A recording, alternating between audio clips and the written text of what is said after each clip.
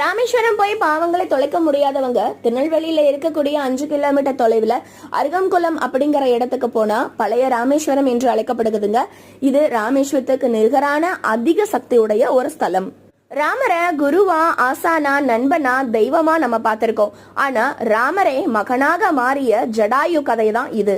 ஜடாயுக்காக ராமபிரான் மகனாக மாறி ராவணனால் தாக்கப்பட்ட ஜடாயுக்கு அனைத்து காரியங்களையும் செய்து தாமிரபரணி ஆற்றங்கரையில் அருகம்குளம் என்னும் இடத்துல ராமபிரானால் பிரதிஷ்டை செய்யப்பட்ட சிவலிங்கத்தை பூஜை செய்து ராமர் ஜடாயுக்கு மகனாக இருந்து மோட்சம் கொடுக்கறதுக்காக உதவி செஞ்சிருக்காரு.